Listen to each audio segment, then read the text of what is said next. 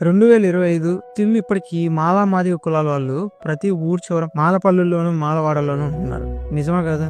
వాళ్ళకైనా స్థలాలు కేటాయించాలన్నా ఊరి బయటే, ఊరికి ఆనుకోని కూడా కేటాయించరు. ఈ లోయర్ క్యాస్ట్ లో ఎవరన్నా అబ్బాయి హయ్యర్ క్యాస్ట్ అమ్మాయిని ప్రేమించాడంటే ఇంకా అడిగి సావే, వేరే మార్గం కూడా ఉండదు. కష్టపడిన డబ్బుతో బండి కొనుక్కొని ఇష్టంగా నడుపుకుంటుంటే మా ముందే బండి నడుపుతామని చెప్పి చేతులను కత్తులతో కోసేశారు.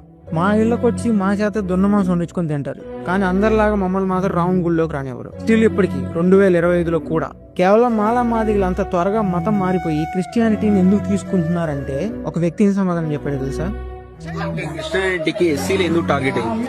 ఎస్సీలు ఎందుకు టార్గెట్ అయ్యారంటే నేను మాదిగా క్రిస్టియన్ మాదిగా, నేను నాకు పొలం లేదు, నాకు డబ్బు లేదు, నాకు ఆస్తి లేదు, నాకు ఆ రోజు చదువుకుందామంటే ఎవరు దగ్గర రానియలే. మా ఫోర్ ఫాదర్స్ కి నోటికి ముంత కట్టిరు, ముట్టికి తాటి మట్ట కట్టిరు. ఇదే దేశంలో ఎవరు కట్టిన అది బాబన బ్రాహ్మణ జాలం వాడు కట్టిండు కాబట్టి నన్ను రానియాలి. కాబట్టి నాకు క్రైస్తవుడు వచ్చి నన్ను ఆదుకున్నాడు.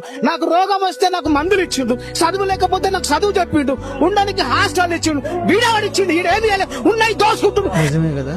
నిజంగా మీరు జై భీమ్ మూవీ చూస్తే మీకు బాగా అర్థమైంది. అంబేద్కర్ గారు చేసిన చట్టాలు గానీ లేకపోయి ఉంటే ఎన్ని దారుణాలు చూడాల్సి వచ్చేది. కానీ నిజంగా నేను మాత్రం ఒకటి చెప్పగలను, కొంతమంది స్వలాభాల కోసం, వాళ్ళ మనుగుడు కోసం మతం అడ్డు పెట్టుకొని చేసిన కొన్ని పనులను మనుషులకు మాత్రమే పరిమితం చేయండి. అది కేవలం మనిషి చేసిన తప్పు, అంతేగాని మతం చేసిన తప్పు కాదు. జై భీమ్.